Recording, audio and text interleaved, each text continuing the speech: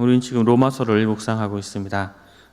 앞선 로마서 2장 1절에서 5절에서는 바울은 타인을 판단하는 유대인들의 범죄를 책망하고 경고하고 있습니다. 그리고 6절에서 16절에서는 다시 그 시야를 넓혀서 이방인이나 유대인을 막론하고 범죄한 자들에 대한 하나님의 심판의 보편성에 대해서 말씀했습니다. 그리고 오늘 본문에서는 다시 유대인들에게 그 초점을 맞추어 구약 율법을 소유한 유대인들의 교만, 위선, 그리고 표면적 유대인의 무익성에 대해 말씀하고 있습니다. 우리 17절 말씀을 함께 읽겠습니다. 17절 말씀입니다. 유대인이라 불리는 내가 율법을 의지하며 하나님을 자랑하며. 유대인은 하나님의 선택을 받은 백성입니다. 그렇기 때문에 유대인이라고 불리는 것은 매우 영광스러운 일입니다. 그런데 바울은 오늘 본문에서 유대인으로 불리는 내가라고 하면서 유대인들이 치중하고 있는 몇 가지를 말씀하고 있습니다. 17절에 보면 유대인들은 율법을 의지한다라고 이야기합니다. 유대인들은 구약의 모든 율법을 613개로 나누었습니다. 248개는 하나님께서 하라고 명령하신 것이고 365개는 하나님께서 하지 말라라고 금하신 것으로 분류해서 그 율법들을 철저히 지키고 의지했습니다. 그리고 그 유대인이라 불리는 그들은 하나님을 자랑하는 자들입니다. 매사에 하나님을 높인다라는 의미입니다. 이런 유대인에 대한 설명은 계속해서 이어지고 있습니다. 18절에서 20절 말씀을 제가 읽겠습니다. 율법의 교훈을 받아 하나님의 뜻을 알고 지극히 선한 것을 분간하며 맹인의 길을 인도하는 자요 어둠에 있는 자의 빛이요 율법에 있는 지식과 진리의 모범을 가진 자로서 어리석은 자의 교사요 어린아이의 선생이라고 스스로 믿으니. 이들은 율법의 교훈을 받아서 하나님의 뜻을 알고자 노력하는 사람입니다. 이것은 어떤 일을 하든지 자신의 뜻이 아닌 하나님의 뜻을 구하는 것입니다. 그리고 이들은 지극히 선한 것을 분간하는 사람들입니다. 어떤 상황을 직면했을 때 선한 것이 무엇이고 악한 것이 무엇인지를 분별할 수 있는 능력이 있다는 것입니다. 또한 맹인의 길을 인도하고 어둠에 있는 자의 빛이고 선생이라고 스스로 믿는 자라고 지금 사도 바울은 유대인들에 대해서 이야기하고 있습니다. 바울이 말한 대로 유대인으로 불리는 사람들의 모습은 존경받을 만한 신앙인의 모습입니다. 그런데 그러한 이름으로, 어떠한 이름으로 불린다는 것은 그 이름에 합당한 삶을 살아야 함을 의미합니다.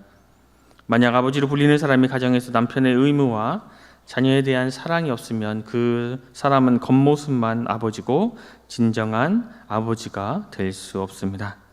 지금 바울은 유대인의 겉모습에 대해서 이야기했습니다. 이어 유대인이라 불리는 이 사람의 겉모습이 아닌 속의 모습을 집중적으로 말씀하고 있습니다. 21절, 22절 말씀을 함께 읽겠습니다. 21절, 22절 말씀입니다.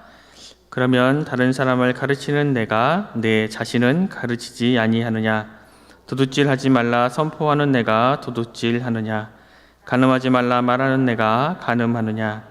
우상을 가증히 여기는 내가 신전 물건을 도둑질하느냐?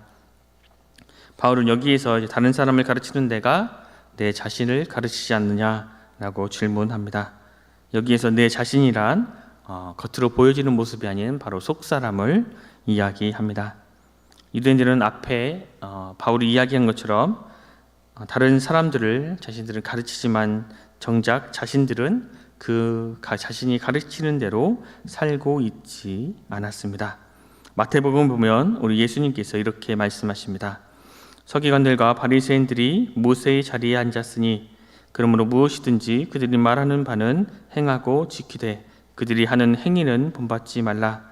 그들은 말만 하고 행하지 아니하며. 우리 주님과 바울이 지적한 부분은 유대인들이라 하는 사람들은 남들을 가르치지만 자신은 그 율법대로 행하지 않는다는 것입니다. 이들은 분명 겉모습은, 겉으로 보이는 모습은 율법을 행하는 사람들이었지만 그들의 속은 전혀 다른 모습이었습니다.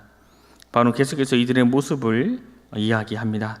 23절, 24절 말씀을 제가 읽겠습니다. 율법을 자랑하는 내가 율법을 범함으로 하나님을 욕되게 하느냐? 기록된 바와 같이 하나님의 이름이 너희 때문에 이방인 중에서 모독을 받는도다.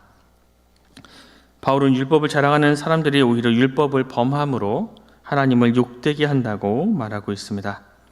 이사야 말씀을 인용해서 하나님의 이름이 너희 때문에 이방인들에게 모욕을 받는다고 아주 강하게 표현합니다. 하나님이 주신 율법을 지킨다고 하는 사람들의 행동이 올바르지 않을 때, 하나님을 믿는 이들이 그 행동이 올바르지 않을 때에 그 사람들에게만 비방이 가는 것이 아닙니다. 결론적으로는 그들이 믿는 하나님이 모독을 받으십니다. 이것은 오늘 살아가는 우리 시대에도 동일하게 적용됩니다. 교회의 모습이 올바르지 않을 때, 목사의 모습이, 성도들의 모습이 하나님의 말씀대로 살아가지 않을 때에 그들만 손가락질 당하고 그들만 비방을 받는 것이 아니라 결국 하나님의 이름이 그러한 우리 때문에 모독을 받게 되는 것입니다. 바울은 율법에 이어서 할례를 언급하면서 더 깊은 속사람에 대해서 이야기하고 있습니다. 우리 25절, 27절 말씀을 우리 함께 읽겠습니다. 25절, 27절 말씀입니다. 내가 율법을 행하면 할례가 유익하나 만일 율법을 범하면 내 할례는 무할례가 되느니라. 그런즉 무할례자가 율법의 규례를 지키면 그 무할례를 할례와 같이 여길 것이 아니냐. 또한 본래 무할례자가 율법을 온전히 지키면 율법 조문과 할례를 가지고 율법을 범하는 너를 정죄하지 아니하겠느냐. 바울은 지금 할례 자체를 부인하지 않습니다. 그래도 유대인이기 때문입니다. 이스라엘 백성은 모든 남자는 할례를 받습니다. 할례를 받는다는 것은 자신의 생명을 바쳐서 하나님 앞에 순종하고 또 하나님 앞에 충성을 다하겠다는 표시입니다. 그런데 이스라엘 백성과 율법주의자들은 자기 몸에 그 할례의 흔적이 있다라는 것만으로도 충분하다라고 생각을 했습니다. 할례를 받았지만 할례를 받은 모습대로 살아가지 않은 것입니다. 남녀 사이로 비유하면 서로 사랑해서 하나님 앞에서 결혼 예식을 하고 결혼에 대한 증표로 서약하고 또 반지를 착용합니다. 그런데 반지는 착용하고 다니지만 부부가 아닌 다른 사람과 음행하고 서로를 올바로 사랑하지 않는다면 이 반지는 빈 껍데기와 다름이 없습니다. 본문에서 바울이 말하는 것처럼 율법을 행하면 할례가 유익하나 만약 율법을 범하면 할례가 무할례가 됩니다. 오히려 반대로 무할례자가 율법을 지키면 할례와 같이 여겨집니다.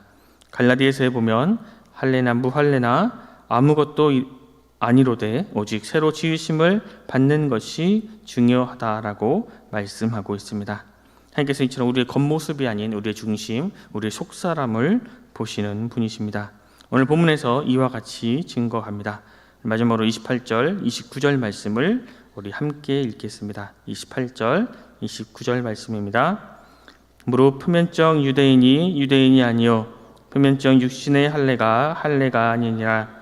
오직 이면적 유대인이 유대인이며 할례는 마음에 할지니 영에 있고 율법 조문에 있지 아니하는 것이라. 그 칭찬이 사람에게서가 아니요 다만 하나님에게서니라. 표면적인 육체에 할례가 있다고 해서 구원받은 백성이 될 수 없습니다. 신명기에 보면 모세가 그러므로 너희는 마음에 할례를 행하고 다시는 목을 곱게 하지 말라 말씀합니다. 사도행전을 보면 스데반은 목이 곱고 마음과 귀에 할례를 받지 못한 사람들아 너희도 너희 조상과 같이 항상 성령을 거스르는도다 말씀합니다. 오늘 본문에서 마음의 할례라는 표현을 사용한 것은 하나님께서 우리의 겉사람이 아닌 우리의 속사람을 보신다는 것을 의미합니다. 육체 표식이 있다고 그가 구원을 받는 것이 아닙니다. 우리의 마음에 할례를 받고 할례 받은 자로서의 삶을 살아가야 하는 것입니다. 유대인이라 불리는 사람들, 율법학자들은 겉으로는 참으로 칭찬받을 만한 것이 많은 종교인들입니다. 그러나 그들의 속사람의 모습은 어떠했습니까? 회칠한 무덤과 같이 속이 썩어 들어가고 있습니다. 이 신앙이 아닌 종교 행위가 될 때에 이러한 모습이 나타납니다. 그렇다면 우리들의 모습은 과연 어떤지 돌아보아야 합니다. 성도로 불리는, 그리스도인이라 불리는 우리의 삶은 지금 어떠합니까? 오늘 본문에 등장하는 유대인이라 불리는 사람처럼 겉사람은 참으로 훌륭한 정교의진이지만 우리 속사람은 매식하고 있지는 않은지 우리 스스로 돌아보아야 합니다. 하나님이 불러주신 사람의 모습은 겉모습으로 드러나는 것이 아니라 속의 모습으로 드러나야 합니다. 겉으로는 거룩해 보이나 속에는 죄악이 가득하다면 그것은 결코 하나님께서 원하시는 모습이 아닙니다. 구원받은 성도의 삶을 살아가기 위해서 우리는 가장 먼저 우리를 친히 찾아와 주신, 우리를 먼저 찾아와 주신 주님을 기억하고, 그리고 우리의 외적인 모습이 아닌 취약하고 연약한 우리의 내면이 주님으로 말미암아 변화되어야 합니다. 그렇게 해야 우리는 하나님이 원하시는 모습으로, 하나님이 바라시는 모습으로, 참된 그리스도의 모습으로 살아갈 수 있습니다. 오늘 하루도 우리의 겉사람이 아닌 우리의 속사람의 모습을 더욱 가꾸며 세상 속에서 참된 그리스도인의 모습으로, 참된 성도의 모습으로 그 삶을 온전히 살아가는 우리 모두가 될 수 있기를 간절히 소망합니다. 기도하겠습니다. 하나님 아버지, 오늘도 우리에게 새로운 한 날을 주셔서 주님의 말씀을 듣고 묵상하며 또 하루를 시작하게 하시니 감사합니다. 주님, 우리를 주님의 자녀로 삼아주시고 또 우리를 불러주심에 감사합니다. 그런데 우리는 성도로서의 삶을, 그런 그리스도인으로서의 삶을 온전히 감당하지 못할 때가 많았음을 고백합니다. 연약한 우리를 용서하여 주시고 우리의 겉사람이 아닌 속사람을 더 가꾸며 주님 앞에 온전히 나아가는 하나님의 믿음의 백성들이 되게 하여 주시옵소서. 그래서 주님이 원하시는 모습으로 매일매일을 살아가며 참된 그리스도의 모습으로 그리스도의 향기를 뿜어내는 우리가 되게 하여 주시옵소서. 모두가 감사드리며 귀하신 예수 그리스도 이름으로 간절히 기도드립니다. 아멘.